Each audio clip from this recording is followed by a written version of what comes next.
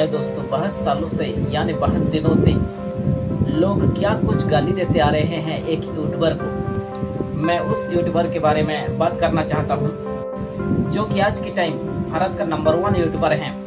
कोई कहते हैं उन्हें देशद्रोही, तो कोई कहते हैं उन्हें एंटी हिंदू, कोई कहते हैं उन्हें कि वो बीजेपी के खिलाफ है, वो सरकार के खिलाफ है, वो कांग्रेस के सपोर्ट में है।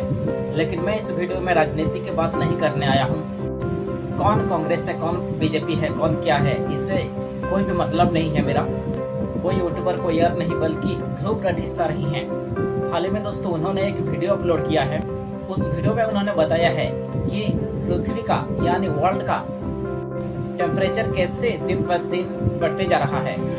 और असली डेवलपमेंट, किसी भी जगह की असली डेवलपमेंट ये नहीं है कि चारों तरफ कंक्रीट हो जाए, चारों तरफ घर बन जाए, बिल्डिंग बन जाए, चारों तरफ सड़कें बिछा दी जाए, पेड़ पौधे सबको काट कर airport, market complex, bus stand ऐसे बना दिया जाए। आज हालत इतनी ऑलरेडी खराब हो चुकी है कि हीट इंडेक्स 50 डिग्री सेल्सियस तक टच कर रही है दिल्ली में, और अगले कुछ दिनों में रिपोर्ट के अनुसार ये 56 डिग्री सेल्सियस तक भी पहुंच सकती है।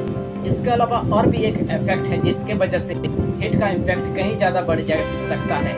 एक ऐसा इफेक्ट जिसका सॉल्यूशन कहीं ज़्यादा आसान है बाकी इफेक्ट से, और ये है अर्बन हीट आइलैंड इफेक्ट। आपने देखा होगा दोस्तों, एक शहर में अलग अलग एरिया में कुछ जगह ज़्यादा गर्म होती है, कुछ जगह ज़्यादा ठंडी होती है।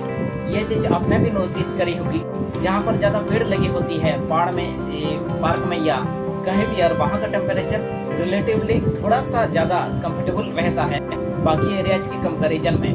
और जिन एरिया पर बड़ी बड़ी बिल्डिंग है, बड़ी बड़ी बिल्डिंग है, कंक्रीट है, ग्लास की लंबी लंबी बिल्डिंग लगी हुई है, ये जगह कुछ ज़्यादा ही गर्म रहती है। जिन जगहों को अर्बन हीट आइलैंड कहा जाता है, बिल्डिंगों में लगा होगा ग्लास, बिल्डिंगों में लगा हुआ कंक्रीट, सड़कों पर बिछाया गया होगा चीज, ये सारी चीजें हीट को ऑब्जर्व करती है, सनलाइट को ऑब्जर्व करती है।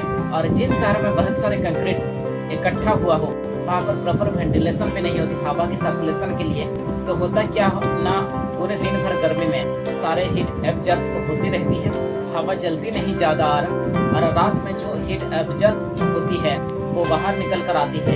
इस इफेक्ट पर दिल्ली में एक स्टडी करी गई थी कि जिन जगह पर ये अर्बन हीट आइलैंड देखने को मिल रहा है, जैसे कि कन्नट प्लेस, सीताराम बाजार, भिकाजी कामा प्लेस, ये जगह 3 से 8 डिग्री सेल्सियस ज़्यादा गर्म थी एज कम्पेयर टू वो जगह जहाँ पर पेड़ लगे हुए हैं, जैसे कि हज का district park, Buddha Jayanti park. वैसे देखा जाए तो 7 से 8 डिग्री सेल्सियस बहुत ज़्यादा डिफरेंस रहता है।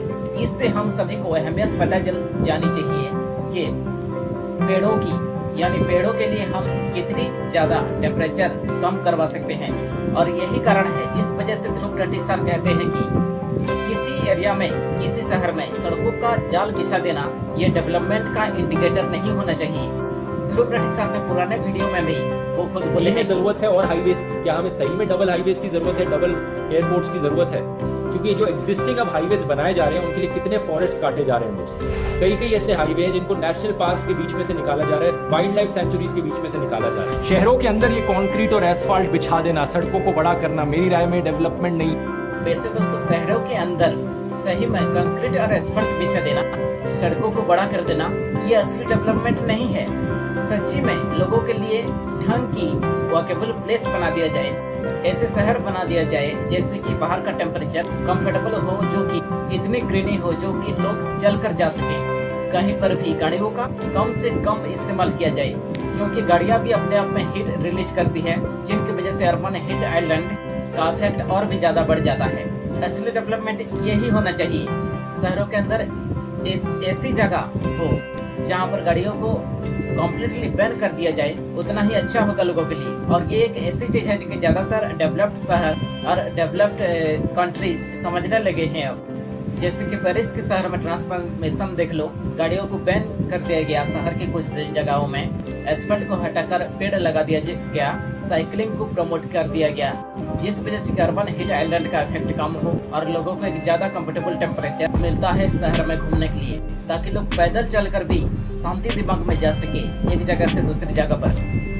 दोस्तों लोग घरों में एसी चलाते हैं जैसे कि गर्मी बढ़ जाता है, लेकिन एसी चलाने का मतलब है कि ये दूसरी तरफ से बाहर गर्मी निकलेगी और बाहर का एरिया, बाहर का एनवायरनमेंट ज़्यादा गर्म रहेगी। और इसका एक अल्टरनेट तरीका है, नेचुरल तरीके को इस्तेमाल किया जाना कि बिल्डिंग के डिजाइनों में वेंटिलेशन ऐसे किया जाए कि एसी की कम से कम ज़रूरत हो।